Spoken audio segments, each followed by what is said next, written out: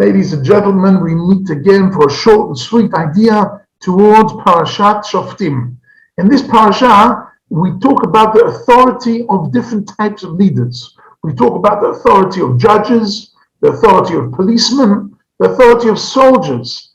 And we also talk about the authority of rabbis.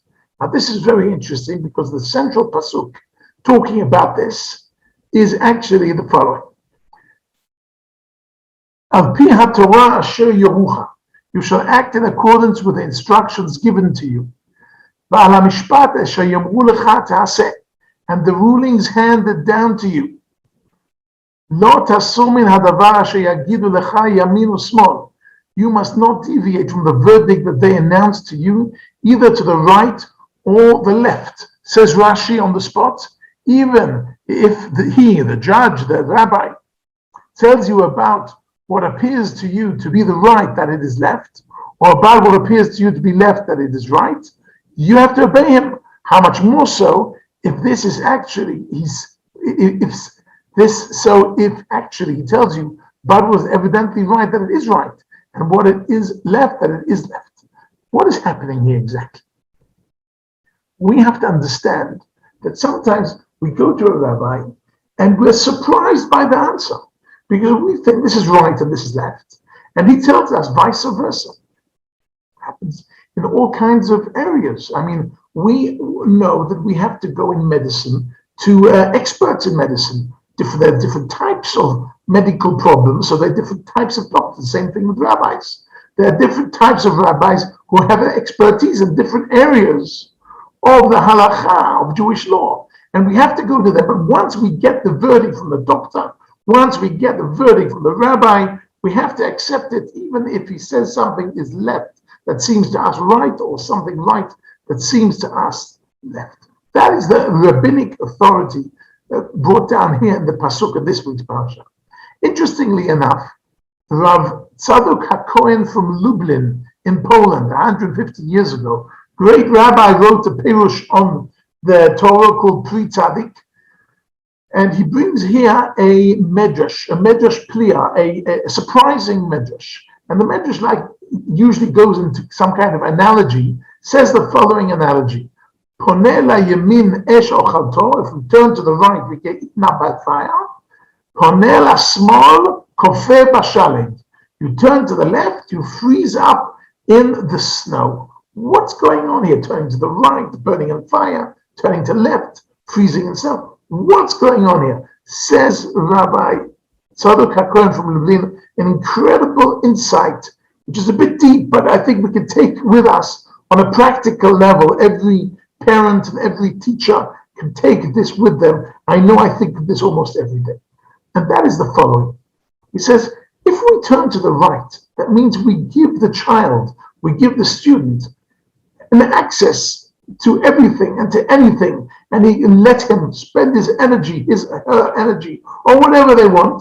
They get burnt up by fire. What's the fire? Fire is the desire. If you let them, if you say everything is okay, so they end up like the famous Summerhill school that just turned into one big mess because everybody was doing whatever they wanted.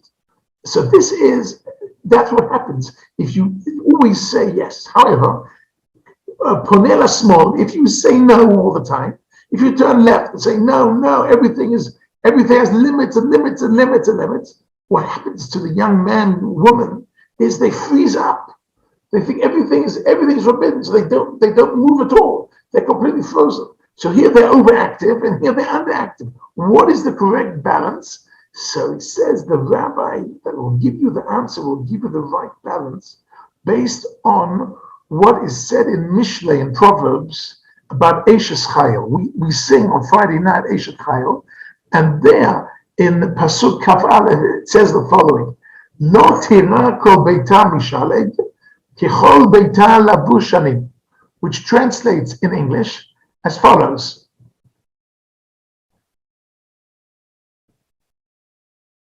She is not worried for her household because of snow, for her household is dressed in crimson.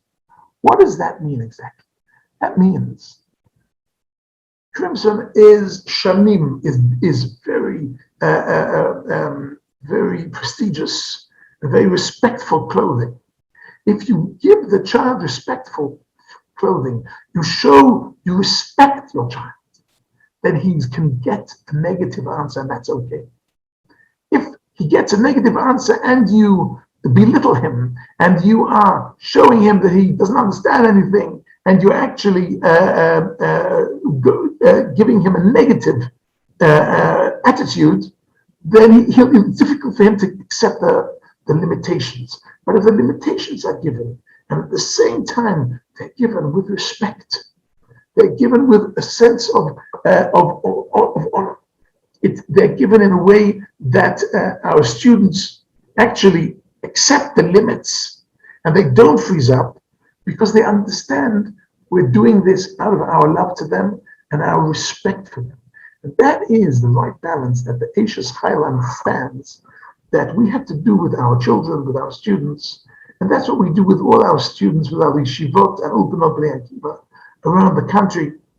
That on the one hand, we can give them limitations and teach them halacha and teach them Jewish law. On the other hand, we have to respect what they've got to say. We have to respect their lives, respect their families, respect their thoughts, respect their feelings.